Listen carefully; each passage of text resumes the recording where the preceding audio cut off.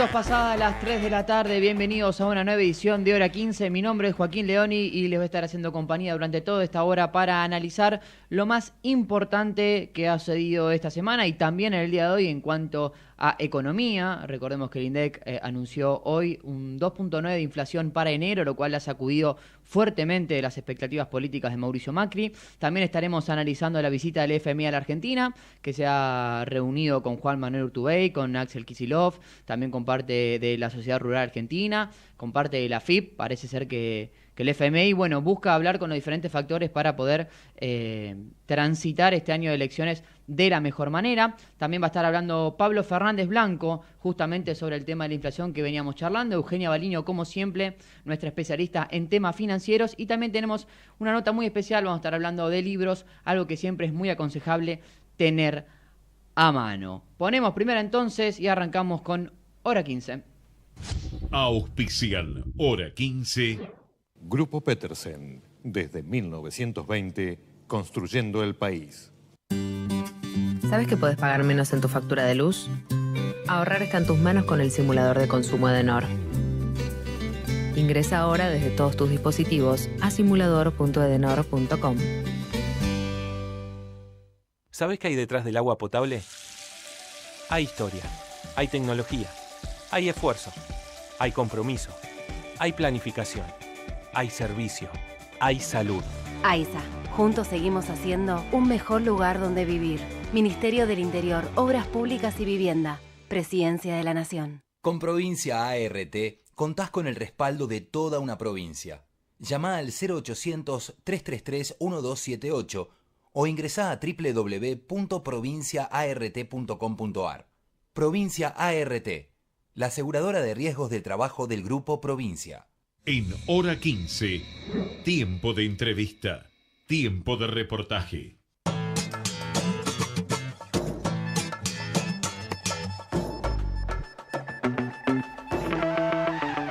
Nos tomamos un momento de esta tarde para charlar con Franco Lindner. Él es editor de política de la revista Noticias, además es periodista y autor del libro Historias de espías y espiados, editado por Grupo Planeta. Franco, ¿cómo estás? Hola, ¿cómo andan? Bien, todo bien, por suerte. Recordemos que estás presentando tu libro, justamente Historias de espías y espiados. Contame un poco de qué trata el libro. Son historias de espionaje de los últimos 15, 20 años, las operaciones que involucran a Macri, los Kirchner, Nisman, Chiuso, Scioli, Bergoglio, Carrió, Centeno, Maldonado y muchos otros casos.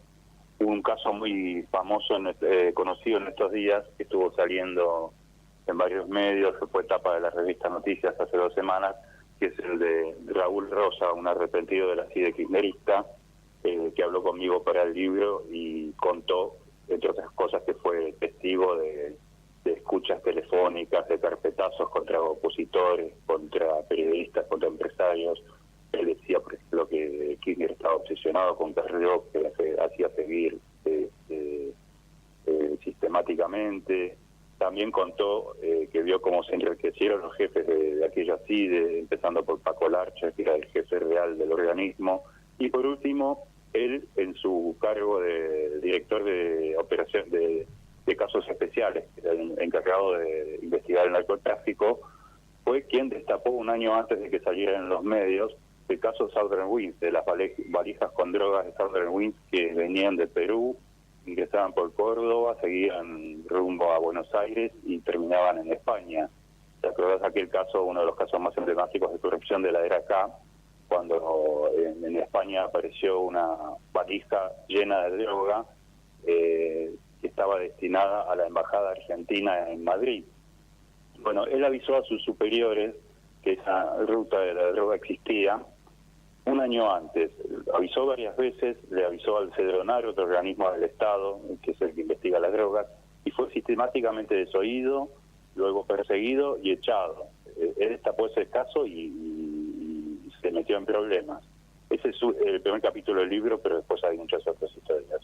De buenas a primeras, y esto lo digo como colega, me saco el sombrero porque te has puesto a investigar, posiblemente una de las cosas más difíciles para poder encontrar información, que tiene que ver con todo lo que es el servicio de inteligencia de nuestro país. ¿Qué dificultades tuviste, justamente hablando de eso, para poder llegar a las entrevistas y a los datos? Porque acá no estamos hablando quizás de un escándalo de corrupción política, que a veces suele haber, y después, bueno, cómo se trabaja en los medios, que hoy por hoy es tan habitual, sino que nos estamos metiendo quizás en el escalón más profundo de información que tiene nuestro país. Y es algo a lo que me vengo dedicando como jefe de política de noticias hace bastantes años. Es una de las cosas que más me gustan de la profesión, el tema del espionaje. Además, bueno, en noticias investigamos casos de corrupción y demás, pero el espionaje siempre es algo que me atrapó, ¿no? Desde chico con las películas de James Bond, qué sé yo, es un metejón mío, ¿no? Tal cual, tal cual. Y a propósito de lo que recién mencionás, uno tiene muy a la idea, quizás alguien que no está tan empapado del tema, de que los servicios secretos funcionan como, a ver, decirlo, Misión Imposible, James Bond, siempre hay un terrorista que quiere hacer una maldad a nuestro país en este caso y hay que prevenirlo a toda costa y demás. Sin embargo, en Argentina, o por hoy, digamos, y esto corregime si estoy equivocado, en Argentina no existen ese tipo de peligros. Entonces, ¿qué, a partir de lo que fuiste investigando, qué función le encontraste realmente al servicio de inteligencia de nuestro país? Bueno, tal cual, eso es una de las cosas que denuncia el arrepentido Raúl Rosa. Él estaba dedicado a investigar casos de narcotráfico y él dice que esa división de él servía de cobertura para todo el espionaje interno e ilegal a opositores, incluso a aliados como Scioli, a empresarios, a periodistas, que esa era la cobertura legal que le encontraban, o sea, usaban sus agentes y su tecnología, la de su división, para todo lo otro, incluso la OJ, la División de Observaciones Judiciales, que es la que pincha los teléfonos siempre por orden de un juez. Acá se había creado algo paralelo a esa División de Observaciones Judiciales, que no había ninguna orden judicial y igual se pinchaban con las tecnologías que fue adquiriendo la CIDE a personas que no tenían por qué espiar. O sea, el objetivo de la CIDE, de cualquier servicio de inteligencia, son casos internacionales, casos de crisis diplomáticas, posibles casos de bélicos, prevenir esas cosas, pero no investigar a ciudadanos de tu propio país, ¿no? Y en ese sentido, te cambio un poco la pregunta, porque, a ver, con todo lo que nos estás contando, uno tiende a pensar, bueno, ¿de qué otra manera, teniendo en cuenta los conflictos que hoy enfrenta la Argentina, se utilizaría el servicio de inteligencia si no fuese para espiar a la oposición, o mismo también al oficialismo? ¿Encontraste historias también que tengan que ver con que el servicio de inteligencia había funcionado realmente como tiene que funcionar y por lo menos tuvo cierta manera de salvar la jornada, o en definitiva es un agujero negro que tiene cosas realmente complicadas? Raúl Rosa se dedicaba a eso, a casos de espionaje, a casos de narcotráfico, por ejemplo, que sí es una de las funciones que debe tener la CIDE, pero él se dedicaba a eso y sus jefes lo tapaban y archivaban y tiraban a la basura las investigaciones que él hacía, pues justamente se estaba metiendo con un negocio del propio gobierno kirchnerista, que era las valijas de Southern Wings. Claro. O sea, era un negocio de Ricardo Jaime, del Ministerio de Planificación, que según le contaron a él sus jefes de la CIDE, estaban al tanto Jaime, debido, el propio Kirchner decía que sabía que se recaudaba dinero por esa vía ilegal, y después investigar la oposición es algo que, bueno, uno pasa en todos los países. Ya el Estados Unidos con el Watergate, caso emblemático, pero acá el kirchnerismo llegó a tal extremo de investigar hasta a sus aliados, a sus propios funcionarios. Hay un capítulo en el que Daniel Scioli, candidato del 2015 de Cristina, se le planta. Hola. Hola, Franco. Bueno, Sí, a ver ahí. Hola. ¿Ahí me escuchás? Sí, perfectamente. Se salvó. Parece que están pinchados los teléfonos, hay que tener cuidado. Decir que estamos saliendo al aire y todo se escucha, pero sí, me decías, de Daniel Scioli. Bueno, eso, en el 2015 Daniel Scioli descubre que sus teléfonos y sus computadoras, las de él y las de sus colaboradores, estaban intervenidas por la CIDE kirchnerista, y le manda a decir a Cristina Díaz, su compañero de fórmula Zanini, que con él no se metan si él es candidato del oficialismo. A partir de esa advertencia es donde Cristina muestra todo ese frío en medio de la campaña con su candidato, deja de ir a sus actos, no le habla por más de un mes. Hasta ahora no se sabía cuál había sido el motivo de ese enfrentamiento. El enfrentamiento fue porque si alguien le dijo: mis teléfonos están pinchados, mi computadora está pinchada, esto no puede ser así, yo soy candidato de ustedes. A casos como esos hubo varios. Incluso Bergoglio, cuando fue cardenal de la ciudad de Buenos Aires, arzobispo de la ciudad de Buenos Aires, también detectó, antes de una homilía, esas famosas homilías en las que el kirchnerismo siempre salía golpeado por los discursos de él, que detectó que su computadora estaba hackeada y que el gobierno estaba al tanto de lo que él iba a decir días después, a tal punto que uno de los dos Fernández, nunca se supo bien si Alberto o Aníbal, lo llamó y le pidió que moderara su discurso, porque si ese iba a ser el discurso, Kirchner no iba a asistir a la homilía. Bueno, Kirchner fue igual, el discurso fue durísimo, y a partir de ese año 2006 fue que el kirchnerismo dejó de asistir a las homilías de Bergoglio. Este es uno de los casos. Justo estaba viendo el listado de nombres de las cuales hay las investigaciones dentro de tu libro, y te iba a pedir que te explayes un poco sobre Bergoglio, porque a veces uno recorre los demás nombres de las investigaciones y bueno, uno puede llegar a pensar que tienen algo que ver, aunque Bergoglio es una persona muy influyente. Nunca hubiésemos pensado que por lo menos se hubiese dado cuenta de que lo estaban hackeando. De todas las historias que te ha tocado caminar a lo largo para poder escribir este libro, ¿cuál fue la que más te llamó la atención? Ya sea por la trama, y por qué también, ¿no? Si es por la trama, por lo complicado, por lo rebuscado, por los poderes de turno. Mira, hay una que me gustó mucho porque involucra, la que más me impactó fue la de Raúl Rosa, porque es un caso que él denunció ante la justicia, lo de Southerwind. Pero después hay otra que me gustó mucho, que es un ex agente de la CIA, Frank Holder, conocido porque fue agregado de la CIA en la embajada de Estados Unidos en Buenos Aires, que destapa la ruta del dinero K, la primera ruta del dinero K, antes de aquella de Fariña y el Ascar, y la que todos conocemos.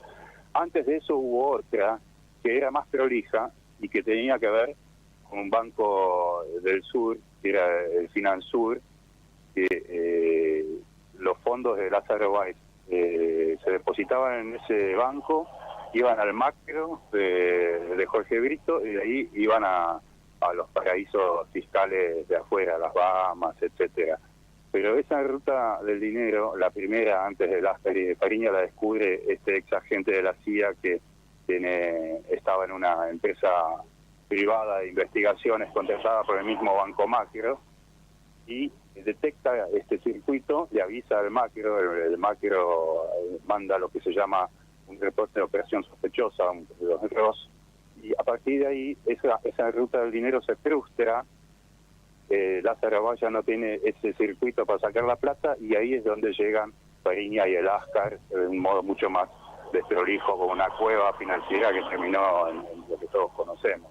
Pero que un tipo de la CIA haya descubierto cuál era el circuito anterior, me impactó mucho. Bueno, recordamos el nombre entonces del libro, Historias de espías y espiados, de Editorial Planeta. Franco, ¿esto se puede conseguir ya en cualquier librería? Ya está a la venta. Listo, entonces la invitación está hecha. Te agradecemos, Franco, mucho por tu tiempo, por charlar un rato de todos estos casos que son muy atractivos. Recordamos el nombre entonces, Historias de espías y espiados, de Editorial Planeta, escrito obviamente por Franco Lindner, que habló con nosotros. Nosotros vamos justamente a escuchar un poco de música. En este caso les traemos algo de Carlos Rivera, que va a estar tocando en el Luna Park el 23 de febrero, como para que tengan tiempo. Si no les suena el nombre, es el que escribió la banda sonora de la película de Disney, estrenada hace relativamente poco, de Coco, tan emocionante, hablando del Día de los Muertos en México. Escuchamos un poco de Carlos Rivera y volvemos con más Hora 15. Tengo que ir, mi amor, recuérdame. No llores, por favor. Te llevo en mi corazón y cerca me tendrás. solas yo te cantaré, soñando en regresar. Recuérdame, aunque tenga que emigrar. Recuérdame, si mi guitarra oyes llorar, ella con su triste canto te acompañará, hasta que en mis brazos estés.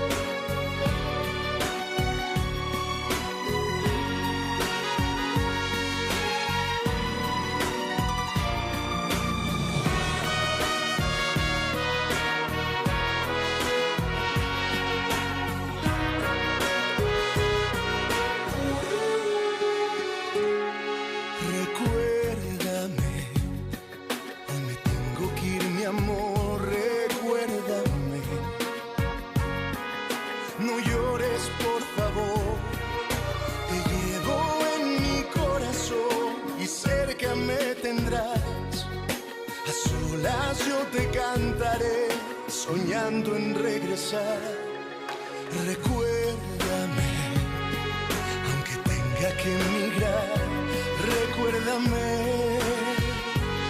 si mi guitarra oyes llorar, ella con su triste canto te acompañará, hasta que en mis brazos estés.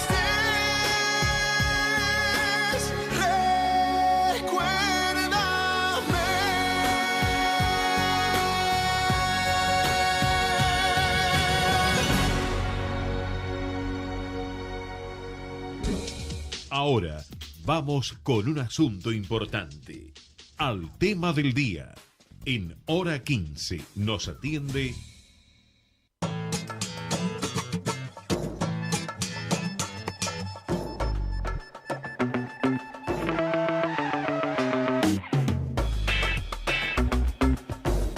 ...20 pasan de las 3 de la tarde... ...momento de hablar con Camilo Tiscornia... ...que es economista, director de CIT... ...asesores económicos... ...para charlar de quizás la noticia... ...me animo a decir por ahora... ...de lo que es este verano... ...teniendo en cuenta lo que ha anunciado el INDEC. Camilo, ¿cómo estás? ¿Qué tal? ¿Cómo te va? ¿Todo tranquilo? Todo bien, por suerte. Todo tranquilo hasta que vimos la cifra del INDEC, ¿no? Sí, la verdad que uno hubiera querido ver un dato un poquito más bajo todavía, tal vez más cerca de 2,5, que es como estaba en noviembre y diciembre, pero fue más alto, fue más cerca de 3, lamentablemente. Yo creo que de todos modos, me parece que más allá de la sorpresa un poquito negativa, es un dato relativamente positivo si lo pensamos lo que fue el peor momento que fue allí en septiembre, octubre. Me parece que estamos convergiendo en el nivel de inflación un poco más bajo, que es este que está en torno a 2,5, 3 por allí, y seguramente ahí nos mantengamos un par de meses, pero yo creo que las cosas se van dando para que de a poco vaya bajando la inflación. Obviamente estamos hartos los argentinos de la inflación y queremos que baje más rápido, pero bueno, no es algo sencillo, lamentablemente. Lo que llama la atención, Camilo, tiene que ver con... Quizás a la hora de desglosar un poco lo que ha sido el índice de inflación en enero es qué cosas han aumentado o cuáles fueron las que más aumentaron. Y lamentablemente para los sectores más vulnerables fueron los alimentos, quizás los alimentos de primera necesidad, los que más registraron un aumento inflacionario, estamos hablando del 3.4%. ¿Cómo vos ves esto, digamos, el hecho de que quizás, o cómo se explica la suba en estos elementos básicos?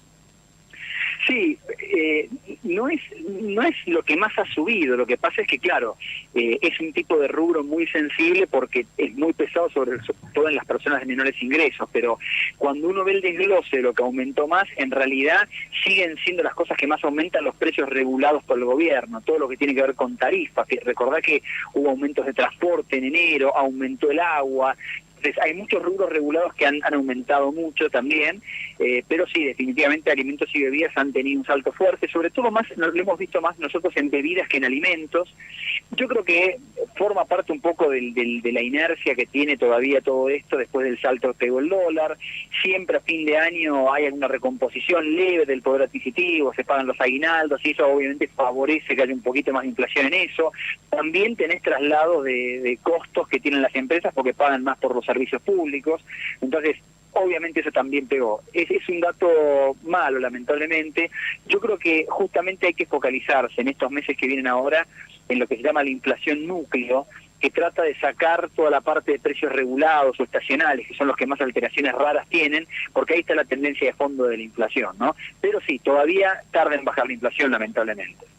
Y bueno, con esto que decías de la inflación núcleo, teniendo en cuenta que además se vienen aumentos, bueno, hoy hubo un aumento en transporte, sin ir más lejos, ¿ves complicado quizás poder encaminarnos? Es como que todavía seguimos caminando todo con demasiada cautela como para tratar de encaminar todo, seguimos en ese periodo quizás de quizás saliendo de una crisis todo muy calmado. Sí, hay que pensar que el 2018 fue un año muy complicado para la Argentina, se juntaron muchas cosas.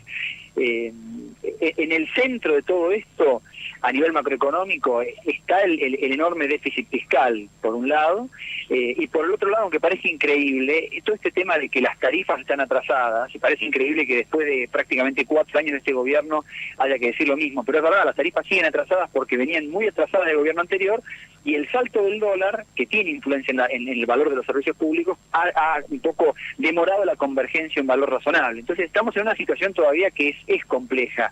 Sin embargo, creo que la mejora en la parte financiera, te diría en el último mes y pico, con más estabilidad del dólar, tasas bajando, me parece que son noticias muy positivas, que tardar un poco en sentirse, pero van a ayudar, y creo que van a repercutir, obviamente, en la baja de la inflación y también en mejorar la actividad económica, que ha quedado muy castigada el año pasado. Entonces, yo creo que tal vez uno quiere ver mejores resultados, como te decía antes, pero me parece que se están dando pasos que son bastante razonables.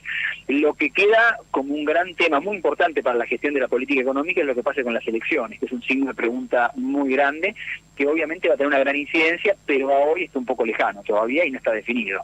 Me paro ahora desde el otro lugar y uno puede decir, bueno, durante enero evidentemente quizás el gran triunfo, por así decirlo, del gobierno fue que el dólar estuvo realmente calmo, cuando sabemos que en enero en este país y finales de los días de diciembre suele ser un tema de preocupación. Ahora, teniendo en cuenta que en enero hubo una inflación de casi 3 puntos y que el dólar se mantuvo igual, ¿podemos empezar a especular con que decididamente empieza a haber un atraso cambiario, lo cual haría que con esto mezclado con la incertidumbre que se vienen con las elecciones haya que poner un ojo ahí y tener cuidado con lo que pueda llegar a pasar con el precio del dólar? Mira, por un lado, vos después de todo lo que subió el dólar el año pasado, si haces una cuenta gruesa, más o menos el año pasado el dólar subió un 100%, para hacer números redondos, y la inflación no llegó a 50%, con lo cual recuperaste mucha competitividad, quedaste en un nivel de tipo de cambio que es bastante competitivo. Ahora, pensando para adelante, parece difícil que pueda mantenerse tan competitivo, principalmente porque vos este año, si dejamos de lado la incertidumbre por las elecciones por un momento, la realidad es que este año tenés mucha oferta de dólares a diferencia del año pasado, que en gran parte todo el salto que tuvo el dólar el año pasado fue porque la Argentina no tenía dólares de la cosecha, no tenía dólares del turismo y no tenía dólares financieros. Y este año pasa todo lo opuesto, tenés los dólares de la cosecha, hay dólares del turismo y además tenés los dólares del Fondo Monetario. Entonces, si vos dejás de lado la incertidumbre electoral, yo te diría que es un año en el que te deberían sobrar los dólares y el tipo de cambio tendría que estar bastante tranquilo. Ahora, ¿qué pasa? Cuando vos le metés la incertidumbre electoral, que todavía no sabemos bien qué va a pasar, ahí tenés un factor que seguramente sea alcista un poco más adelante, que dentro de cierto rango te ayudaría a evitar un atraso cambiario y en todo caso preservar esa competitividad que se logró el año pasado. Pero si vos te abstraes de eso, la realidad es que este año sobrarían muchos dólares en realidad. Recordamos que estamos hablando con Camilo Tiscornia, que es economista, director de CIT, Asesores Económicos. Camilo, con respecto a la inflación proyectada, que fue un tema que se habló anual, digamos, que se habló la semana pasada, que algunos entes privados daban quizás por encima de un 30%, el ente gubernamental daba un poquito por debajo de eso, y quizás era una buena noticia, pensando que la interanual hoy por hoy da cerca de un 49.3%. Este casi 3% que se ha anunciado en enero, ¿pensás que ya de movida, siendo el primer mes del año, pone en jaque ese objetivo del 30% o todavía somos holgados para pensar que se pueda alcanzar esa meta? No, yo creo que todavía hay margen. A mí me parece que acá lo más importante sería poder ver que al menos sobre todo que en forma sostenida la inflación va bajando. Que baje un mes o un par no es muy importante. Lo interesante sería ver que hay una baja sostenida. Si es un poco más rápida, mejor. Si es un poco más lenta, un poco peor. Pero lo importante sería ver que la inflación va bajando sostenidamente. Difícilmente esto pasa en los primeros meses del año, por esto que hablábamos antes. El gobierno ha concentrado muchos de los aumentos de servicios públicos del año en la primera parte en los primeros meses. Entonces, seguramente durante varios meses vamos a tener inflación cercana, yo diría como rango entre el 2,5% y el 3% probablemente, porque está todo este cúmulo de precios regulados que van a ajustar. Después de eso yo creo que tenés posibilidades de que baje por los factores que hablábamos antes, ¿no? Ya el tipo de cambio está un poco más estabilizado, los salarios están aumentando, pero vienen un poco más de atrás, vienen más lentamente, la economía está creciendo lentamente, entonces creo que eso debería ayudar a que la inflación fuera moderada. Si termina siendo 30, un poco arriba de 30, algo abajo de 30, para mí lo más importante es ver si cuando va avanzando el año y va terminando, podemos pensar que también el año que viene la inflación sigue bajando. Yo creo que sería lo más relevante. Perfecto, Camilo, muchas gracias por tu tiempo. Será hasta la próxima consulta que te estaremos llamando. Quien pasó fue Camilo Tiscornia, economista, director de CIT Asesores Económicos. Ecomedios.com AM1220. Estamos con vos. Estamos en vos. Descarga gratis de tu celular la aplicación Ecomedios. Podés escucharnos en vivo, informarte con las últimas noticias y entrevistas en audio y video. Búscala y bajate la aplicación Ecomedios. Podés vernos en vivo en ecomedios.com. Contenidos audiovisuales. Conectate con nosotros. Twitter @Ecomedios1220. Hora 15. Para saber lo importante cuando cierra la semana. Política, economía, sociedad y agenda en una hora de radio sin desperdicio. Con Joaquín Leoni, Pablo Fernández Blanco y Eugenia Baliño. Hora 15. Seguinos en Twitter, Facebook e Instagram. Con Provincia ART contás con el respaldo de toda una provincia. Llama al 0800-333-1278 o ingresá a www.provinciaart.com.ar. Provincia ART, la aseguradora de riesgos del trabajo del Grupo Provincia.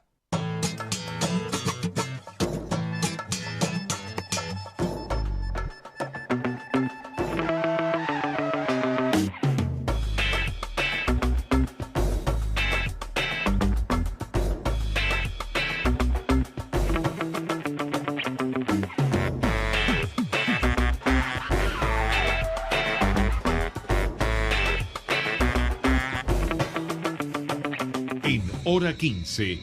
Tiempo de entrevista. Tiempo de reportaje.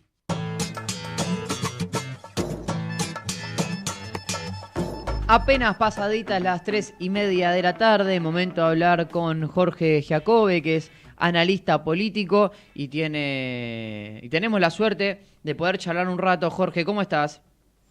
¿Cómo estás vos? Bien, todo bien. Debo decir que con estos 28 grados es un viernes que se lleva bastante bien. Bueno, la razón por la que hemos decidido charlar contigo tiene que ver con algo que ha sido noticia durante toda la semana y tiene que ver con la visita del FMI a la Argentina. Y lo primero que te quiero consultar es, a grandes rasgos, ¿cómo viste esta visita del FMI a la Argentina? Mira, que me parece que hay que partir primero del apoyo prácticamente incondicional que el FMI le ha dado a la gestión de Macri en particular, ¿no? Porque me parece que eso indica un poco cómo se van ordenando factores externos en función de la dinámica política de la Argentina en este año de elecciones. ¿Vos considerás que a los 15 días de que se siente el nuevo presidente, sea quien sea, hay un vencimiento de deuda que es gigantesco y que tenemos que salir a pedir plata para poder pagarlo? Sí. Por no hablar de los que vienen después. y considera también que los próximos 4 años van a ser 4 años muy difíciles de la Argentina. Vamos a tener que hacer exactamente lo mismo. Con lo cual, lo que viene, la dureza de lo que viene, tiene que ver con si el mundo te apoya o no te apoya. El FMI, a mi criterio, como el resto del mundo financiero global, está jugando fuertemente a favor de la gestión de Macri, porque tiene un planteo regional que tiene que ver con no empujar la vuelta de los populismos, digamos, ¿no? Que es un planteo político que a ellos les asusta más o que ellos creen que los hace entrar en riesgo, ¿no? Entonces me parece que viene la Argentina, que hacen un show de que hablan con la oposición. No sé hasta qué medida uno lo puede leer, como que hablan con Kicillof para ver qué pasaría si ellos le tocara gobernar. A mí me parece que la oposición no quiere gobernar. Me parece más bien que vienen a hacer una especie de show y hablar realmente con el gobierno y ver cómo pueden ordenar la cosa para que salga como quieren que salga, ¿no? Claro, eso te iba a preguntar. ¿Vos lo ves más como un show, digamos? Es como... yo por lo que uno pudo ver es más, bueno, el FMI se sienta a escuchar los problemas que tiene cada distinto de los sectores o cómo ven los problemas que tiene a través de la Argentina, pero en ningún momento es como que esbozan quizás la posibilidad de negociar o renegociar algún tipo de acuerdo en caso de que gane alguien o pase por ese lado. Es más bien sentarse a escuchar y decir, bueno, el peronismo tiene estos problemas, la sociedad rural tiene estos problemas, la FIP tiene estos problemas, y ahí queda, digamos, nada más. ¿Pensás que es así? Pero yo creo que me parece que hay algo de escenificación que tiene que ver con eso, con hacer el show de la escucha, pero más bien me parece que el planteo va a ser más duro y va a tener que ver con que si gobiernan aquellos que son que tienen teléfono con el FMI, entonces vamos a poder pagar nuestros compromisos, por supuesto asumiendo más deuda, y si sucede lo contrario entramos en el default en el primer mes del próximo gobierno, ¿no? Parece que es más simple de lo que se cuenta. Claro, y sobre eso es lo que te quería consultar. En realidad tiene que ver con los actores que ha decidido el FMI juntarse. Yo no sé muy bien quién le maneja la agenda, pero el hecho de que hayan decidido juntarse, por ejemplo, con Kicillof, automáticamente de alguna manera lo pone a encabezar quizás quién es la referencia hoy por hoy a la hora de quizás ir a las elecciones dentro de lo que sería el kirchnerismo. ¿Vos lo ves de esa manera también, digamos, frente a quizás esta campaña que todavía no empieza a despegar, donde quizás, salvo por el oficialismo, no hay nombres tan visibles? La oposición, digamos, hoy por hoy la que tenemos a mano es la que el FMI decide juntarse con.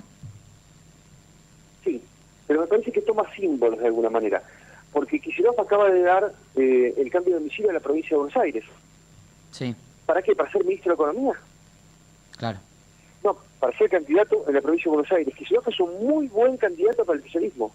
Muy bueno. Nosotros lo hemos medido en términos nacionales, digamos, explorando la hipótesis de que Cristina no se presentara, y Kicillof está en capacidad de reunir de movida, del momento cero, el 80% de los votos de Cristina. ¿Entendés? Es decir, para el kirchnerista, Kicillof es un personaje que lo sabe absolutamente fiel al modelo, y no es un hombre que esté imputado de casos de corrupción, con lo cual es un candidato muy cómodo, un candidato muy amigable, no tiene nada que ver con lo tortuoso aquello del 2015 de Scioli como candidato, ¿te acordás? Sí, claro, ni hablar. Muy bien, entonces, si no lo usan para lo nacional, en términos electorales, lo van a utilizar para la provincia de Buenos Aires.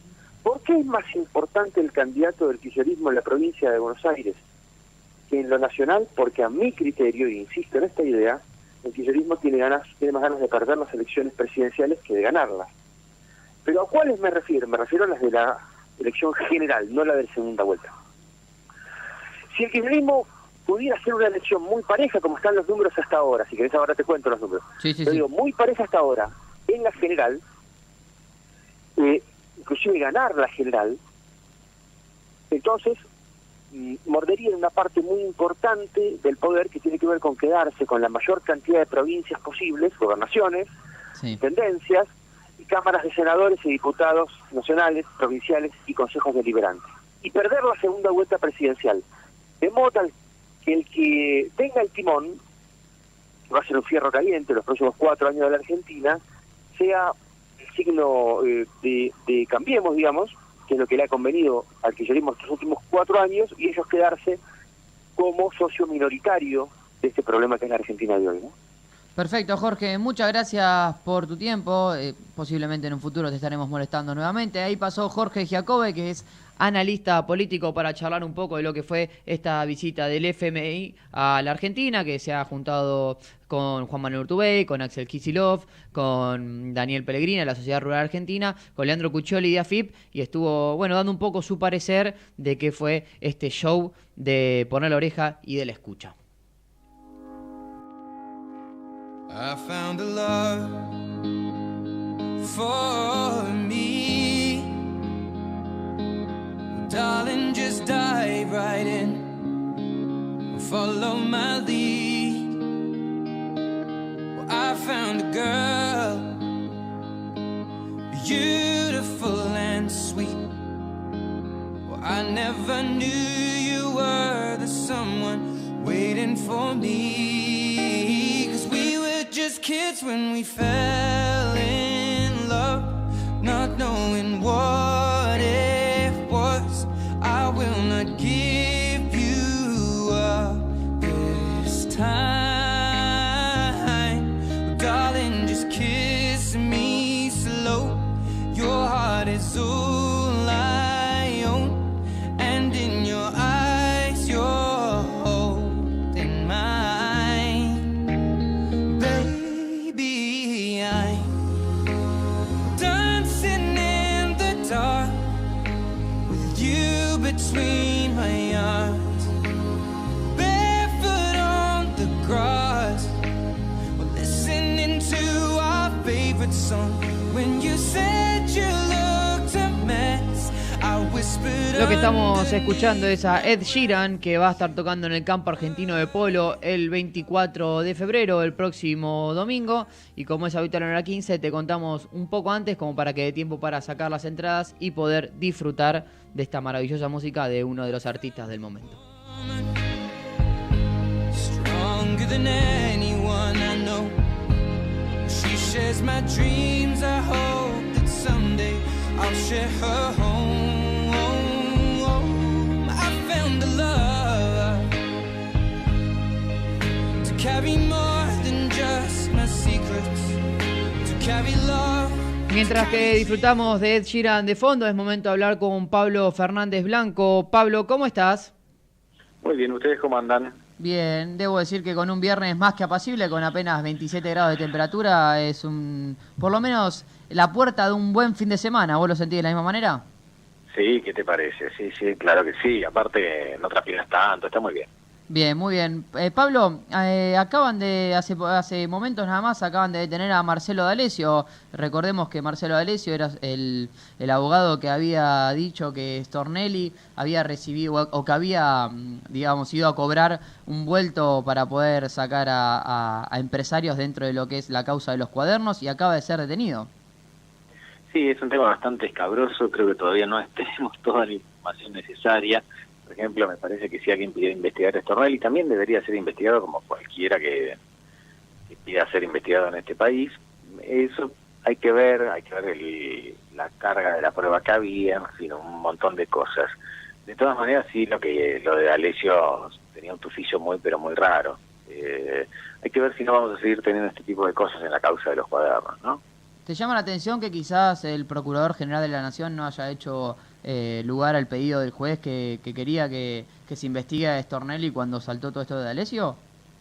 Sí, honestamente no me metí en profundidad en ese tema específico de los cuadernos. Sí, da la sensación de que no estaría mal avanzar un poco más antes que desestimar un pedido tan sencillamente, no porque sospeche de Stornelli, no creo que haya motivos todavía para sospechar de él en esta investigación, pero por una cuestión institucional al menos. ¿Cómo pensás que te aprovecho y te consulto, cómo pensás que repercutió en el gobierno las cifras que ayer anunciaron en el INDEC con respecto a la inflación de enero? Mal, obviamente repercutieron mal. De todas maneras me parece que es un malestar que ya lo tiene bastante digerido el gobierno. No es que estaban esperando, como por ejemplo en 2017 o la primera parte de 2018, que la inflación fuese menor mes a mes, había un par de décimas por encima de lo previsto, era una gran mala noticia.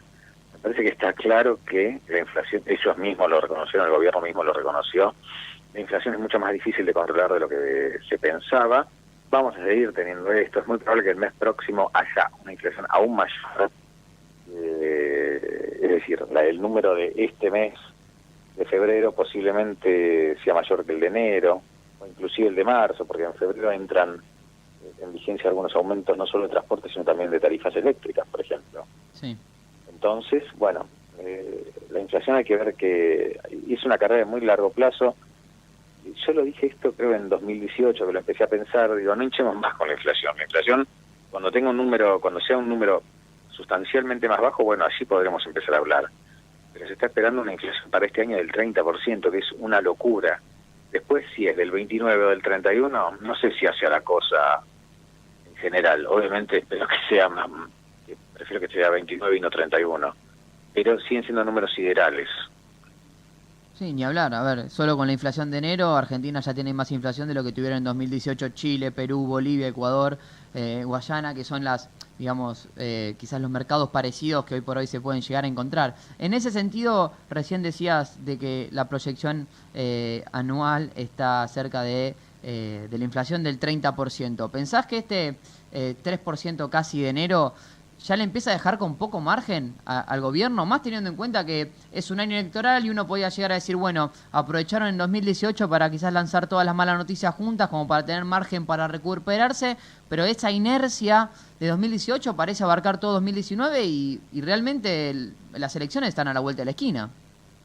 Sí, no creo que le deje poco margen porque no deja de ser la inflación de enero y quedan 11 meses delante. Sí. Yo creo que por primera vez el gobierno tomó una decisión muy fuerte para bajar la inflación, que va a ser en el mediano plazo, no va a ser en el corto plazo. Y estoy conforme con que dé señales de mejora. Tampoco va a ser una mejora muy perceptible inmediatamente. Tampoco es más allá de las elecciones, tampoco es que vos bajás la inflación como querés, cuando querés, un rato antes de las elecciones. Sí se pueden hacer cosas para moderarla. Habitualmente eso es esas artificialidades o esos movimientos que uno hace específicamente para obtener un determinado resultado, generan ese resultado en el corto plazo, pero después se vuelven algo peor, y es decir, podría atrasar el tipo de cambio una vez más, o no dejarlo ir tanto, pero después te cobra factura la economía más adelante con una devaluación. Claro. En ese sentido, ¿pensás que esto fue un llamado de atención para la baja de interés de la tasa del Banco Central que se viene remarcando mucho en este último tiempo? Yo creo que ahí el gobierno está caminando por una cornisa muy finita, por un cordón, si querés, un hilo muy delgado. Dejar de asfixiar tanto la actividad económica a través del crédito. Y por supuesto, si baja demasiado la tasa, bueno, hay una gran cantidad de pesos que pueden destinarse a comprar dólares y eso ponerle presión al tipo de... No alto, funciona así en todo el mundo. Obviamente, el gobierno se siente un poquitito menos inseguro con el dólar, el Banco Central está un poquitito más tranquilo con respecto al dólar y por eso convalida una baja de tasas que no es tan importante en día a día, pero sí en los últimos meses, pasó de más del 70 a poquito menos del 44%. Esto yo creo que es una buena noticia, no creo que baje mucho más en el corto plazo porque ya ahí podríamos empezar a tener problemas de otro tipo. Tal cual como lo venís diciendo. Y a propósito, también te consulto para lo que tiene que ver quizás con un panorama un poco más político. Recién comentábamos que durante esta semana se produjo la visita del FMI a la Argentina. Y en ese sentido, quería ver cómo viste vos justamente el hecho de que se haya juntado con quizás referentes de la oposición, como Urtubey, como Kicillof. ¿Cómo lo ves vos? Lo veo muy bien y lo veo muy interesante y lo veo muy razonable. Es un Fondo Monetario distinto al que estuvimos acostumbrados en los 90. No digo que sea bueno o malo, o que aquel hubiese sido bueno o malo, pero el Fondo Monetario, esto lo tenemos que entender los argentinos, el Fondo Monetario le prestó muchísimo dinero a la Argentina y el que te presta plata quiere saber cómo se la vas a devolver y quiere que se la devuelvas, sobre todo. No es que te regaló la plata al Fondo Monetario, no es que esos 57.000 millones de dólares que van a llegar al país en total este año, el año pasado y este año, el fondo no los quiere de vuelta, no los va a reclamar. No, sí, los quiere de vuelta. Y no se sabe quién va a conducir el destino de este país por los próximos 4 años, desde diciembre próximo, hasta que no estén las elecciones. Hay un candidato que es Macri, que es el oficialismo, que bien puede ganar, pero también hay otros que compiten. Esto es lo que está haciendo el Fondo Monetario. Teje relaciones con todos los actores políticos y económicos y sociales de la Argentina. Brevemente te hago la última, Pablo, porque tenemos poco tiempo. ¿Pensás que el FMI se haya juntado con miembros de la oposición? ¿De alguna manera indica que quizás al gobierno no tiene tanta seguridad en las próximas elecciones? No me parece eso. Me parece que el FMI es tremendamente institucional en un montón de cosas y que esto lo debe hacer también en otros países. Y es muy razonable, y está muy bien que la oposición los atienda, porque es un gran acreedor de la Argentina. Está muy bien que Kicillof, que supuestamente es anti-Fondo Monetario, los atienda. Y más allá de lo que dicen en sus declaraciones políticas, seguramente tengan cosas para decirse mutuamente. Y yo creo que el kirchnerismo, probablemente, el ala más inteligente, no el kirchnerismo torpe, sino el ala más inteligente del kirchnerismo, haya aprendido que hay que convivir con organismos internacionales aunque a ellos no les guste. Quizás si hubiesen convivido mejor con los fondos buitre, el resultado para la Argentina no hubiese sido tan mal en aquel momento. Tal cual. Bueno, Pablo, muchas gracias por tu tiempo. Desde acá te deseamos un buen fin de semana, que puedas descansar y recuperar energías. Así pasó Pablo Fernández Blanco en Hora 15. Auspiciaron Hora 15. En verano tu consumo eléctrico suele aumentar. El aire acondicionado es uno de los electrodomésticos que más consume. Apágalo siempre antes de salir. Ahorrar está en tus manos con el simulador de consumo Edenor. Ingresa ahora desde todos tus dispositivos a simulador.edenor.com. Auspició Entidad Binacional Yacyretá. ¿Sabés qué hay detrás del agua potable? Hay historia, hay tecnología, hay esfuerzo, hay compromiso, hay planificación, hay servicio. Hay salud. AISA. Juntos seguimos haciendo un mejor lugar donde vivir. Ministerio del Interior, Obras Públicas y Vivienda. Presidencia de la Nación. Grupo Petersen. Desde 1920, construyendo el país. En verano tu consumo eléctrico suele aumentar. El ventilador consume 12 veces menos energía que el aire acondicionado. Alternalos. Ahorrar está en tus manos con el simulador de consumo Edenor. Ingresa ahora desde todos tus dispositivos a simulador.edenor.com. Con Provincia ART contás con el respaldo de toda una provincia. Llama al 0800-333-1278 o ingresá a www.provinciaart.com.ar. Provincia ART, la aseguradora de riesgos del trabajo del Grupo Provincia. Ahora, la información financiera. Toda la data de la City al estilo Hora 15. Ya está en línea telefónica Eugenia Baliño, nuestra especialista en temas financieros, pero antes quería compartir con ustedes, con vos que estás del otro lado, y contarte que abrió el primer espacio Vaprio en Mar del Plata. Esto es algo que realmente vale la pena interiorizarse porque se trata de una nueva unidad de negocios con cafetería incluida. Es parte de una alianza con la empresa local La Front de Oro que ofrece servicios gastronómicos a los clientes mientras realizan sus operaciones bancarias.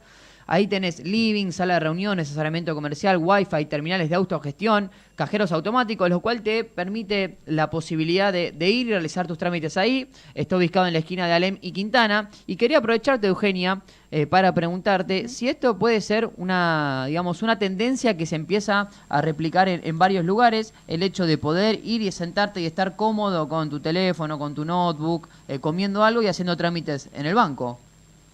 Hola, Joaquín, ¿cómo va?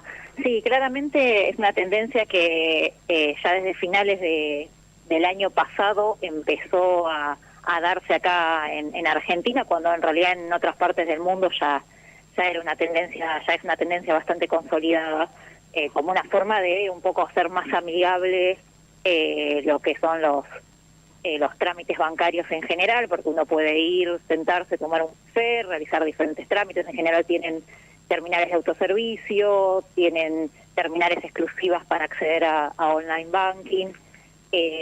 Bueno, el caso de la de banco, del Vapro, digamos, tiene también un espacio que es muy bueno para con juegos didácticos para chicos, para que aprendan un poco cómo funciona esto del sistema bancario. Pero arrancó, digamos, a finales del año pasado, a partir de una normativa que emitió el Central en febrero. Y bueno, el puntapié inicial lo había dado Banco Galicia con este espacio, con un espacio que tienen en Recoleta, y después se fueron sumando más bancos y ahora a Prosuma este espacio, la verdad, muy muy novedoso en Mar del Plata, justo en plena temporada de verano. Será cuestión de probar, de ir a Mar del Plata y ver qué tal resulta poder operar de esa manera en los bancos. Cambiamos la página ahora y te llevo directamente a la FIP, porque esta semana hubo un tire bastante importante entre lo que fue la FIP y CAME, ¿no es así? Sí, la FIP subió lo que es el monto para financiarse.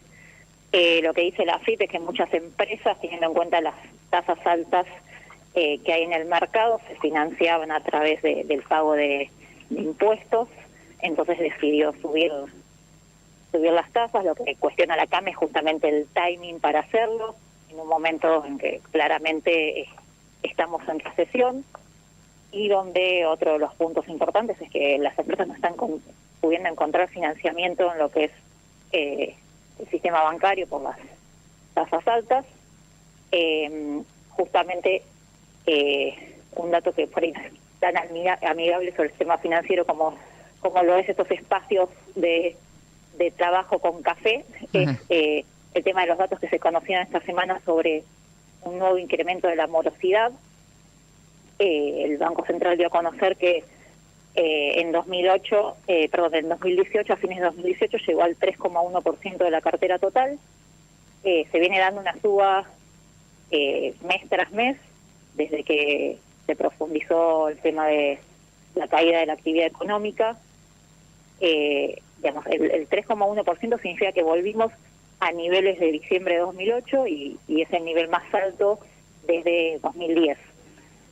Si bien si hacemos la comparativa histórica sigue, y la comparativa también a nivel internacional, siguen siendo, la verdad, ratios bastante bajos, lo que marca esto es una fotografía de la recesión. ¿Qué pasa? La gente, ante las tasas altas, muchos no están pudiendo pagar en tiempo y forma los créditos, y tampoco lo que se está complicando es la refinanciación, de las deudas. En el caso de empresas, en diciembre subió a 2,4% el nivel de morosidad o de irregularidad de los créditos, y tal como habíamos visto en noviembre, uno de los rubros más afectados fue el de la construcción. Y el otro dato que es un poco más preocupante es que en el caso de lo que son los préstamos hogares, el nivel de morosidad subió al 4%, liderado principalmente por los préstamos personales. Claro que en su momento estos préstamos personales habían sido un poco la bandera, después de que Macri ganara las elecciones, estaban realmente muy accesibles, y hoy por hoy también terminan siendo un poco esa cuerda que termina de ahorcar a todos los que pudieron en algún momento quizás comprarse una casa.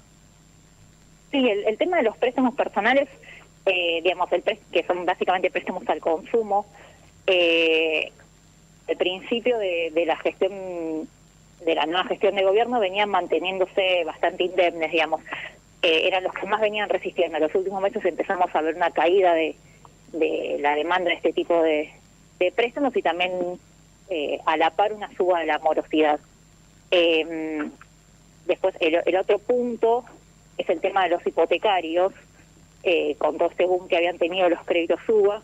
En ese caso, pese a que estuvimos viendo en el último tiempo bastantes quejas de tomadores de este tipo de préstamos, la morosidad en diciembre fue apenas el 0,19%, o sea que todavía permanece muy baja.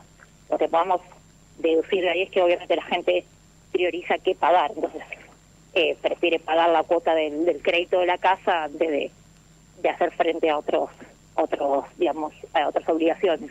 Y te consulto, ¿qué salida le ves a esto? Porque llegado un momento, si las pymes prefieren financiarse a través de lo que en su momento era la deuda que tenían con la FIP, bueno, ahora ya no lo van a poder hacer por cómo están ajustando.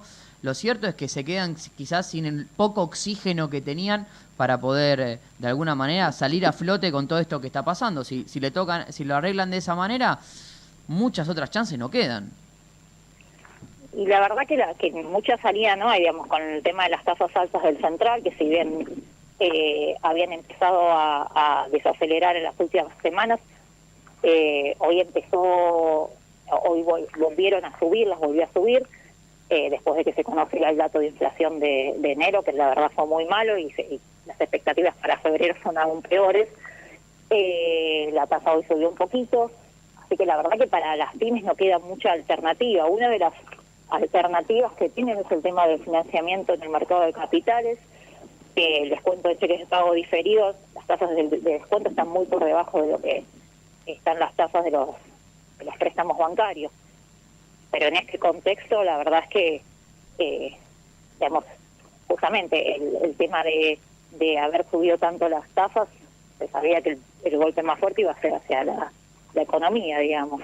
Bueno, Eugenia, muchas gracias por tu tiempo. Vamos a estar el viernes que viene volviendo a charlar con vos para hablar de todo lo que tenga que ver con finanzas.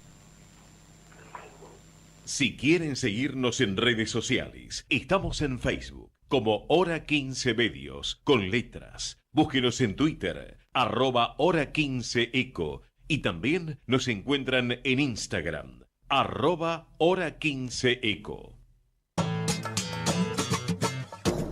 Antes de irnos, te dejamos lo más importante en materia de deporte. Son los partidos que no te podés perder este fin de semana. No vamos a decir todo, sino lo que sí o sí tenés que ver. Para hoy, no antes de las 19 horas por Teis Sport, podés disfrutar de un poco de tenis. Podés ver a Thiem frente a Cuevas en lo que son los cuartos de final de la Argentina Open. También más tarde, cuando termine ese partido, Diego Schwartzman va a enfrentar a Ramos Viñolas. 21-10, San Martín de Tucumán enfrenta a Belgrano por Fox Sport Premium en un partido que es para estar muy pendiente, sobre todo por el descenso, porque también se empieza a definir todo lo que tiene que ver con quién se va a jugar la B Nacional. El sábado, 18:40, arranca el Super Rugby. Jaguares enfrenta a Lions por ESPN. 19:20, juega el puntero del campeonato de Primera División. Estamos hablando de Defensa y Justicia frente a Gimnasia de La Plata. Ese partido se ve por televisión, por cable, por Fox 2, uno de los punteros, el otro también es Racing. 22 horas, no te pierdas por ESPN el torneo de destrezas de la NBA. Estamos hablando de las volcadas, del torneo de dribblings y demás. Vale la pena, mientras que te comes una picada, ver lo que tiene que ver con básquet. El domingo 19:20, Boca enfrenta a Lanús por TNT Sports. 21:30, Banfield contra River por Fox Sport Premium. Y 22:30 podés también cerrar tu fin de semana con el partido de las estrellas que se va a ver por ESPN, el equipo del oeste, capitaneado por primera vez por LeBron James, frente al equipo del este, capitaneado por Giannis Antetokounmpo. Esa fue la agenda deportiva. Nosotros nos vamos despidiendo porque ya son las 4 de la tarde. Recordamos que en la operación técnica estuvo Javier Martínez, en la producción Giselle Scardini, el productor comercial fue y es Javier Pensic. Mi nombre es Joaquín Leoni, esto fue Hora 15 y nos vemos el próximo viernes acá en Ecomedios AM 1220.